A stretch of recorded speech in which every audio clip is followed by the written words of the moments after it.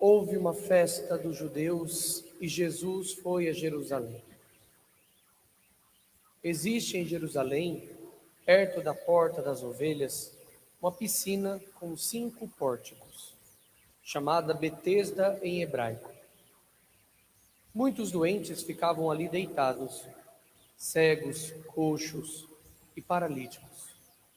De fato, um anjo descia, de vez em quando, e movimentava a água da piscina, e o primeiro doente que aí entrasse, depois do borbulhar da água, ficava curado de qualquer doença que tivesse. Aí se encontrava um homem que estava doente havia 38 anos. Jesus viu o homem deitado e, sabendo que estava doente há tanto tempo, disse-lhe: Queres ficar curado? O doente respondeu: Senhor, não tenho ninguém que me leve à piscina quando a água é agitada. Quando estou chegando, outro entra na minha frente. Jesus disse: Levanta-te, pega a tua cama e anda. No mesmo instante, o homem ficou curado, pegou sua cama e começou a andar. Ora, esse dia era um sábado, por isso os judeus disseram ao homem que tinha sido curado: É sábado, não te é permitido carregar a tua cama. Ele respondeu-lhes: Aquele que me curou disse: Pega a tua cama e anda. Então lhe perguntaram: Quem é que te disse: Pega a tua cama e anda? O homem que tinha sido curado não sabia quem fora, pois Jesus se tinha afastado da multidão que se encontrava naquele lugar. Mais tarde, Jesus encontrou o homem do templo e lhe disse: Eis que estás curado. Não voltes a pecar, para que não te aconteça coisa pior. Então o homem saiu e contou aos judeus que tinha sido Jesus quem o havia curado. Por isso os judeus começaram a perseguir Jesus, porque fazia tais coisas em dia de sábado. Palavra da salvação. Glória Glória a vós, Senhor. Irmãos,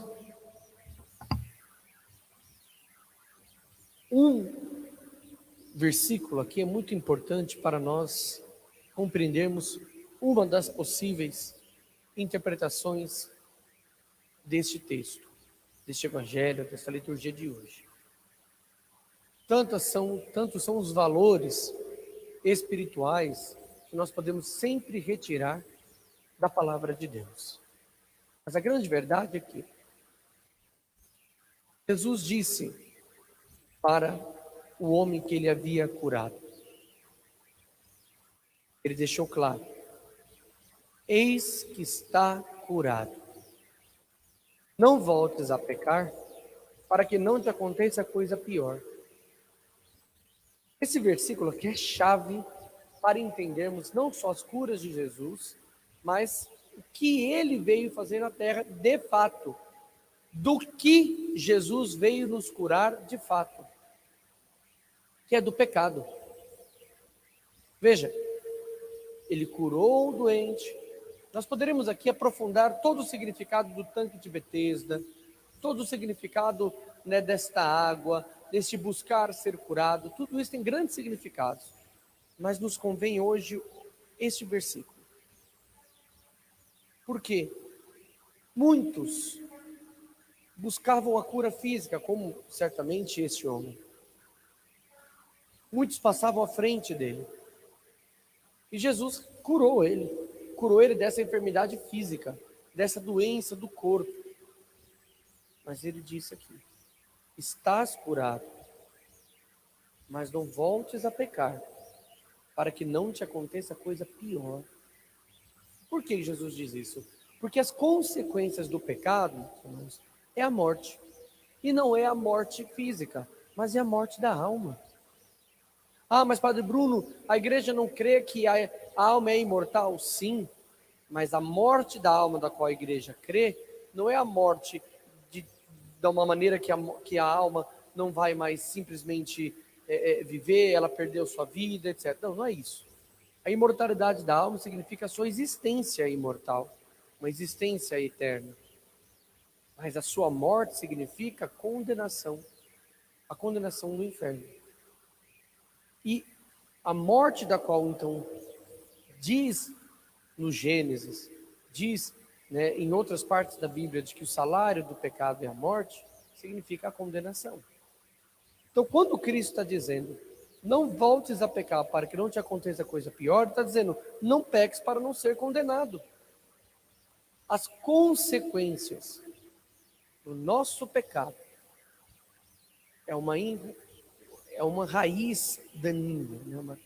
uma raiz ruim, que pega no nosso coração, que pega na nossa alma, que vai desfigurando completamente quem somos.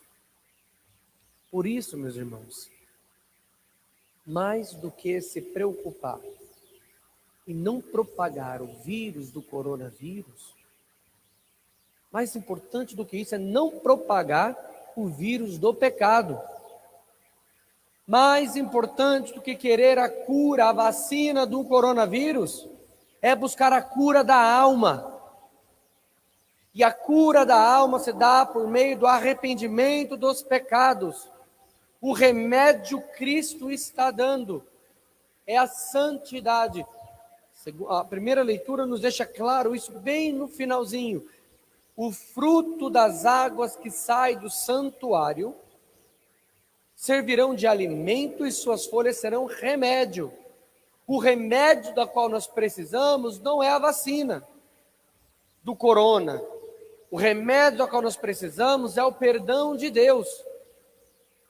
É o arrependimento. São os sacramentos. Ou seja, é a vida tocada pelas águas do Espírito Santo, pelas águas da graça, que concede a nós dons, e o principal de todos eles é o amor, o principal de todos eles é o perdão, que gera santidade, é o arrependimento dos meus pecados que gera santidade diante da graça de Deus. Então, meus irmãos, nós precisamos tomar cuidado para não pecar. Para Deus, meus irmãos, é muito fácil conceder a cura para a humanidade. No entanto, como você tem uma Bíblia dentro de casa, você pode ler. No entanto, todas as pragas que acontecem na Bíblia foi por permissão divina, para a correção de um povo, para o castigo de um povo, para a correção do coração do seu povo, chamando a conversão. O Padre não está afirmando que o que estamos vivendo é castigo de Deus, mas certamente é sua permissão. E se Deus permitiu e permite que tudo isso está acontecendo, nossa resposta diante disso é nos perguntar o que eu preciso aprender com isso. Se ainda estamos nessa situação, a grande pergunta que tem que ser feita é: o que ainda não aprendemos para ainda estarmos nessa situação? O que nós, seres humanos, ainda não aprendemos pela qual estamos passando por essa situação? Então, tenhamos fé na palavra de Deus, que nos pede para não pecarmos mais, mas confiarmos na palavra do Senhor. Ele vem trazer a água que traz vida, a água que purifica, a água que nos purifica de um mal maior, que é o pecado, de um mal maior, que é a corrupção da alma. Então, não voltemos a pecar, para que não nos aconteça coisa pior, como diz o Evangelho de São João nesta noite. De quem precisamos aprender, então, a viver a justiça, a fidelidade em meio às tribulações? De São José. São José é o homem da qual nós precisamos aprender, imitar as suas virtudes, a sua fidelidade. A palavra diz: José era um homem justo. Justiça na Bíblia significa fazer a vontade de Deus, significa ser santo.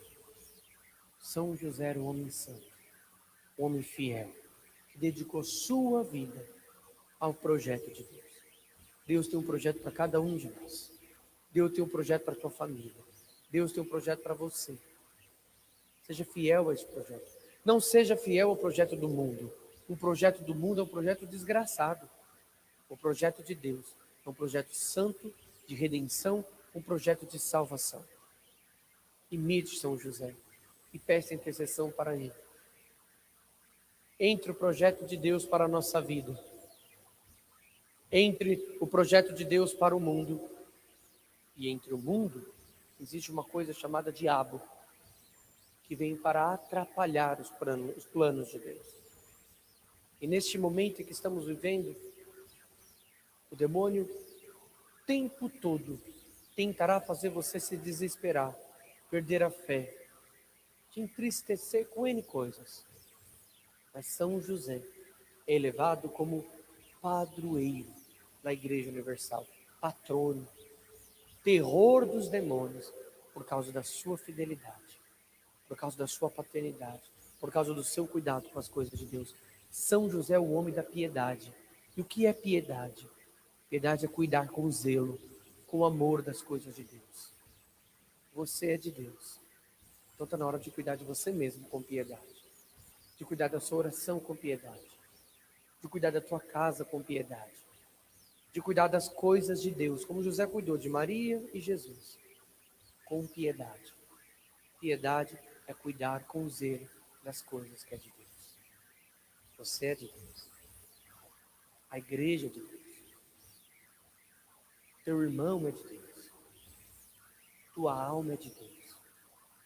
Sejamos piedosos, então, para cuidar da nossa alma, do nosso irmão, da nossa vida de oração, da tua casa, do teu matrimônio, da tua família, da tua sexualidade, do teu coração, da tua alma. Cuide com piedade, pedindo sempre a proteção e a intercessão de São José. Repreenda o mal. Não permita que o demônio entre na tua vida para fazer bagunça. Não permita que o demônio entre na tua casa para fazer bagunça.